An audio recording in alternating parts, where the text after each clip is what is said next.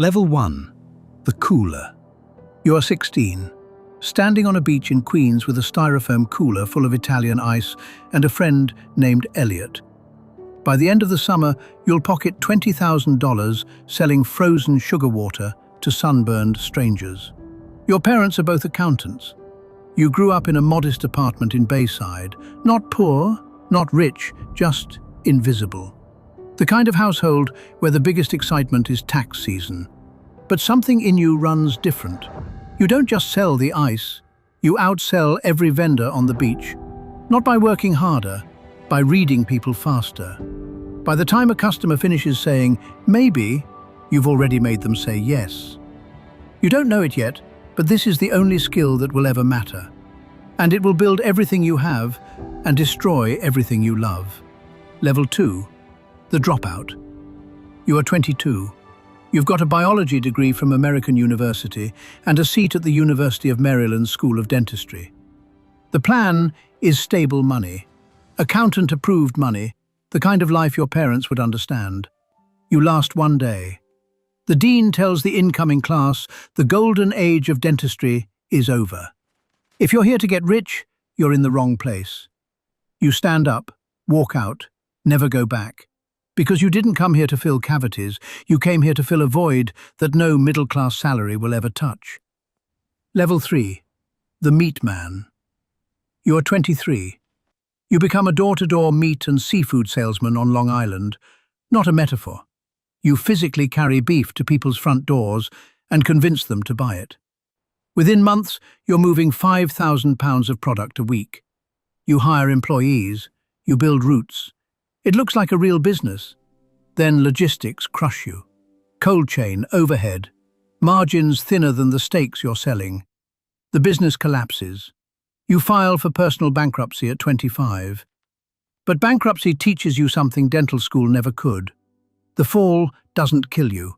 The landing is survivable. And once you know that, fear stops being a wall. It becomes a door. Level 4. Black Monday. You are 25. A family friend gets you a job as a trainee stockbroker at LF Rothschild, one of the oldest firms on Wall Street. You put on the only suit you own, take the train to Manhattan, and walk into the building where money moves at a scale that makes meat trucks look like lemonade stands. October 19th, 1987, your first day.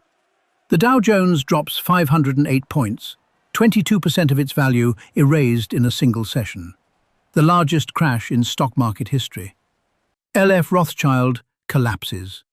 You're out before you've memorized where the bathroom is. But in that single day, you learned how the phones work, the scripts, the closes, the sound a person makes right before they say yes. And you realized the stock market isn't about stocks, it's about selling. Level 5. The boiler room. You are 27. You open Stratton Oakmont. Not on Wall Street, in the strip mall office park on Long Island. The name sounds like old money. It's been around since last Tuesday. Your partner, Danny Porush, is hungry the way you're hungry. Not for success, for velocity. The product is penny stocks. The method is simple. You buy massive quantities through secret accounts. Your brokers cold call clients using scripts you wrote personally. The clients buy. The price inflates. Stratton sells at the peak.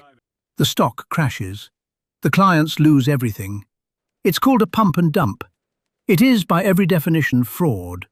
The company motto is 7 words: don't hang up until the customer buys or dies. By its peak, Stratton Oakmont employs over 1,000 brokers, pushes over $1 billion in stock. You are making $50 million a year. You are not yet 30. Level 6. The Kingdom. You are 30. The money arrives like a flood and you open every door. A 9,000 square foot mansion in Old Brookville, 5.7 million in cash. Sports cars rotated like shoes. A helicopter you'll crash into your own front lawn while high on Quaaludes. You walk away. You always walk away. You buy a 167-foot yacht, built in 1961. It once belonged to Coco Chanel. You rename it the Nadine, after your second wife, a British-born model you married after divorcing your first wife. who couldn't survive what the money turned you into. At the office, substance abuse becomes policy.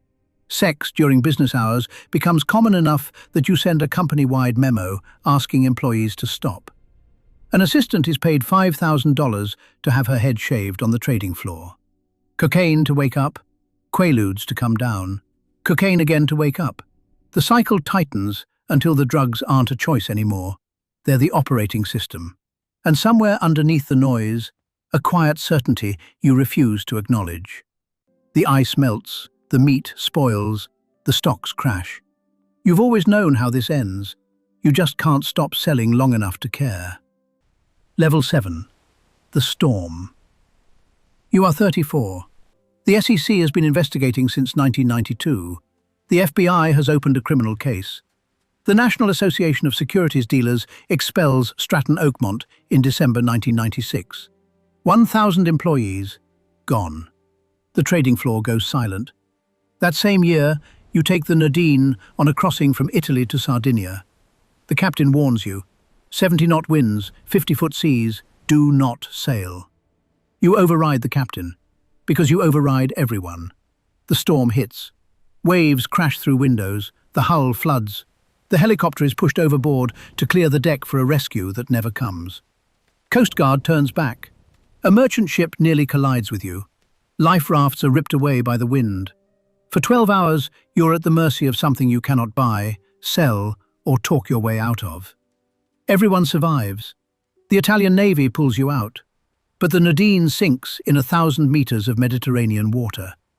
Coco Chanel's yacht, your floating monument to invincibility, gone. You don't see it as a warning, you see it as a story for parties. The thing that actually sinks you won't have waves, it'll have badges. Level 8. The Wire. You are 36. FBI agents arrest you in your driveway while you're taking your daughter to the video store. The indictment: securities fraud, money laundering, stock manipulation across 34 companies over 7 years. 1,513 victims. $200 million stolen. Not from hedge funds, not from Wall Street rivals. From retirees. From small business owners. From parents who put their children's college savings into stocks that existed only to be destroyed. You plead guilty. You agree to wear a wire. You record conversations with former partners, former friends, former brothers from the Stratton trading floor. You testify against 29 of them. In 2003, a judge sentences you to 4 years. You serve 22 months at a minimum security facility in Taft, California. Your cellmate is Tommy Chong, the comedian, doing 9 months for selling bongs. He describes your arrival as like Elvis coming to jail. At night, you tell him stories. The trading floor, the yacht, the quaaludes, the wire. On the third night, Tommy says 5 words worth more than anything you ever stole. You've got to write a book. You find Tom Wolfe's Bonfire of the Vanities in the prison library. You start writing. Level 9. The Wolf. You are 45. You publish your memoir. You call it The Wolf of Wall Street. Nobody on Wall Street ever called you that.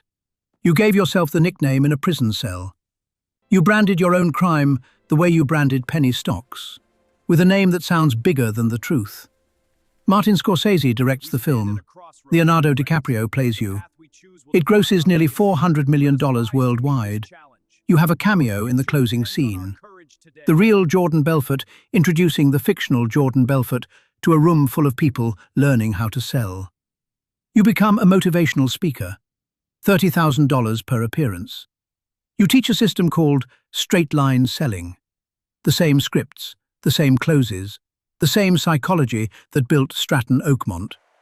You stand on stages in Dubai and tell crowds that greed is not good, that passion prospers. Meanwhile, of the $110 million you owe in restitution, you've paid roughly $14 million. Most of it from assets the government seized at your arrest. Your actual payments since prison total approximately $3 million. After parole, a judge sets your minimum at $10,000 a month for life. At that rate, you'll finish paying back your victims when you're 133 years old. Level 10. The Pitch. You are 63. You have sold Italian ice on a Queen's beach. You have sold meat door to door on Long Island. You have sold worthless stocks to 1,500 strangers over the phone. You have sold your crime to a publisher. You have sold your story to Hollywood. You now sell your sales technique to rooms full of people who admire the very thing that destroyed 1,500 lives. The movie is 3 hours long. Not 1 minute is spent with the victims, not one face, not one name. The film has a 90% rating on Rotten Tomatoes and a 0% interest in the people who paid for the yacht. Some of those 1,513 people are dead now. Most were never made whole. They're still living with the math of trusting the wrong voice, on the wrong phone, on the wrong afternoon. And Jordan Belfort is on a stage somewhere right now, selling. The cooler is different. The beach is different. The product changes every decade. But the pitch? The pitch never changes.